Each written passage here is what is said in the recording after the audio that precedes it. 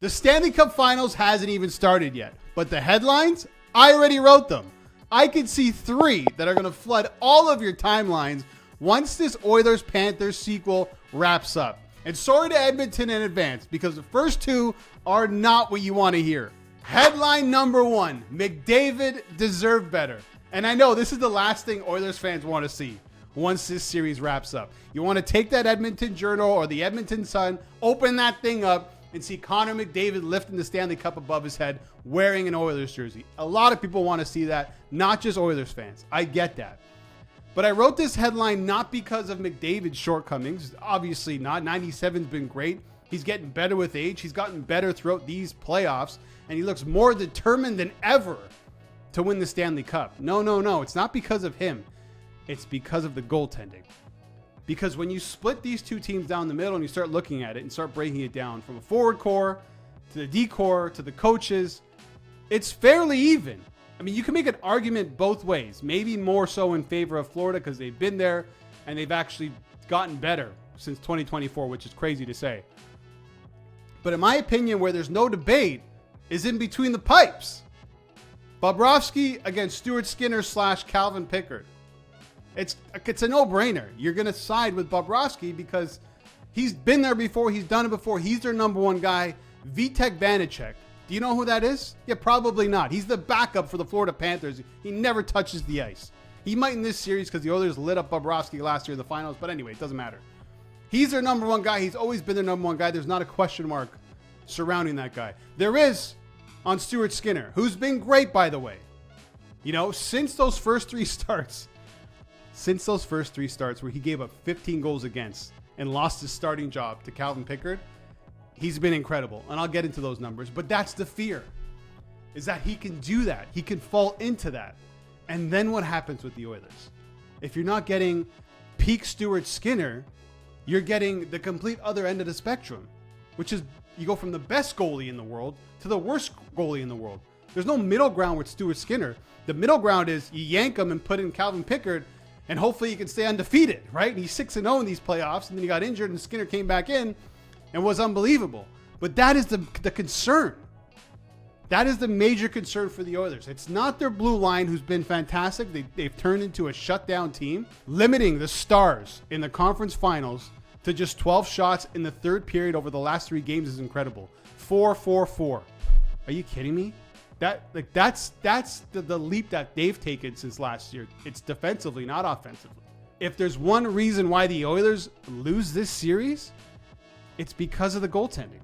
That is the only way I see that happening. And I get it. You know, the Panthers can throw everything at you and Skinner can be fantastic, and the Panthers still win. They're that good. I get it. But Skinner and the Oilers goaltending in general is just too much of a wild card, right? Because what's your second option? What's your option 2? If Skinner goes down, it's Calvin Pickard. He's got 10 playoff game starts under his belt. I'm not saying he can't do it, but you're going to a relatively unproven guy who's been good in these playoffs, I understand. But you want Skinner out there. You want your number 1 guy who's been the number 1 guy over his past 7 games to continue to do that. He's 6-1, Stuart Skinner. Unreal since game 4 of the second round when he got the net back against Vegas. 3 shutouts in that time. 1.41 goals against. .944 save percentage. That's elite. I just don't know if he can stay at that level. And one thing that the Panthers do super, super well is score goals right in front of the net. They lead the playoffs right now in high danger goals, I believe, with 39. They're going to be all over Stuart Skinner, just like they were all over Vasilevsky. Anthony Stolarz, they knocked him out. Joseph Wall, and then Freddie Anderson, to the point where Freddie got pulled. Kachekov had to come in. This is what these Panthers players do to these goalies. They overwhelm them. And they might overwhelm Stuart Skinner. And that will be the downfall of the Edmonton Oilers in these playoffs. You know, he gets to Game 7 of the Stanley Cup Final last year. I think that's not easy to do. I think, you know, you're in those pressure situations. I've been fortunate to be in a lot of those with my teams over the years. And it's different, you know, to be able to handle the big moment. We're going to have to wait and see if they can handle this big moment.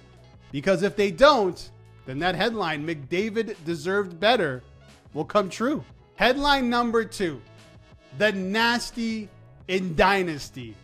And obviously this headline will ring around the world if the Florida Panthers win their 2nd straight Stanley Cup championship and their 3rd straight Stanley Cup Final appearance. Only the 19th to ever do that.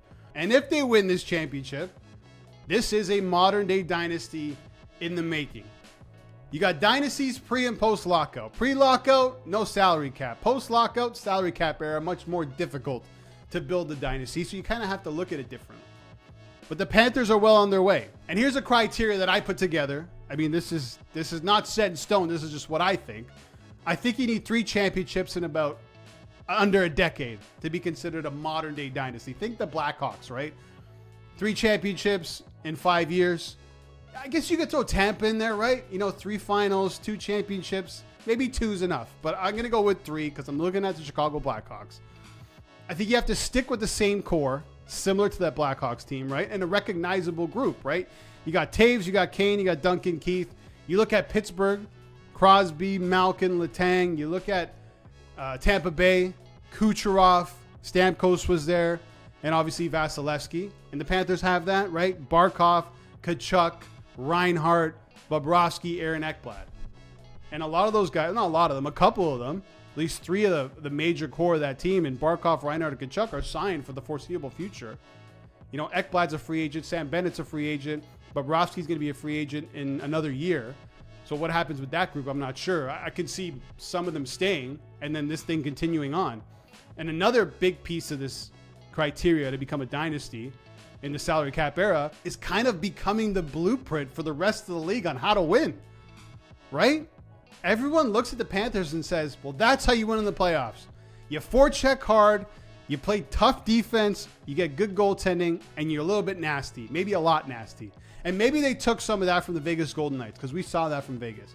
And everyone's saying, well, it's a copycat league. Do what Vegas does, you can win. Be ruthless in negotiations. Be ruthless in trading and in the offseason and free agency. And when it comes to the playoffs, put the best team possible. Put the Giants on the back end. Get some decent goaltending and some goal scorers. And you can win this thing. So maybe the Panthers took from Vegas, but they are now the blueprint for the rest of the league on how to win in the playoffs. And no one over the past 2 years so far has done it better, right? And you need some luck along the way, but they play a style. Every game, they play the exact same way, and that's a recipe for success. So if they win again, you got to lump them in the group of NHL teams, at least post-lockout, that should be considered either a dynasty right now or a dynasty in the making. Okay, before I get into my last headline, let me know in the comments below who you got. Who's winning this series? And in how many games? Let me know in the comments below. Headline number 3 and the last one, and Oilers fans, you're going to love this one. Look at it. It's beautiful. Draisaitl delivers the title. And now I'm not saying they're going to win it just on Draisaitl's shoulders. Of course not. Connor McDavid is going to have a massive say on if the Edmonton Oilers are going to win a Stanley Cup. But people seem to forget how banged up Draisaitl was in 2024. He only picked up 3 points in that 7-game series against Florida. No goals, 3 assists. And it's because he was banged up. He was hurt. He was dealing with a rib and hand injury, which he talked about after the fact. He also talked about how he wished he'd play better, but I don't think he was able to. And at that time, the Oilers really needed him. They went down 3-0. They come back, and it was a miraculous comeback. But there were times where you needed Draisaitl there to step up when McDavid wasn't getting the looks and he was essentially getting shut down by the Panthers. I think of game 1 and I think of game 7 for sure. Game 6 and 7. He was obviously driving play, McDavid, but he wasn't picking up goals. He wasn't picking up assists. You need your secondary guy to pull that off. And he enters this series much more healthier than he was in 2024. And that's a scary proposition if you're the Panthers. This guy is maybe the second best player in the world. You could argue he's the best goal scorer in the world. I will say it, in my opinion, he is the best playoff performer in the NHL, even above McDavid. He's just this gamer. He can play with anybody. Look who's been on his line throughout these playoffs, right? Puck Golzin and Kapanen and Connor Brown. Who are these guys compared to Draisaitl? No disrespect to those players, but that's how good this guy is. If you can get a close to 100% Leon Draisaitl in the Stanley Cup Finals, bam! Edmonton's got a serious shot because now you got the defense. Maybe the goaltending can be as good as it's been. Maybe you're getting goal scoring from everywhere. I'm pretty sure every Edmonton Oilers forward has scored. Connor Brown's coming back. Yes, you're missing Hyman, but you got Corey Perry who's stepping up. He's got 7 goals. He has as many goals as Leon Draisaitl. And I feel like Draisaitl's had a quiet playoff. A quiet playoff where he's top 2 in scoring. And not only Draisaitl, because that's a huge X factor for the Oilers. They're also getting a really healthy Evander Kane, who is another X factor. Remember, he only played 2 games in last year's series and then didn't play the rest of the series. So he's back and he's healthy.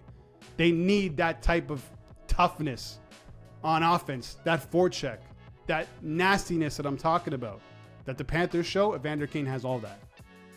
And now add that to McDavid and add that to the rest and how good these Oilers have been playing. The ultimate X factor, I think, for the Oilers to win the Stanley Cup and break this Canadian Cup drought, which is 32 years plus going.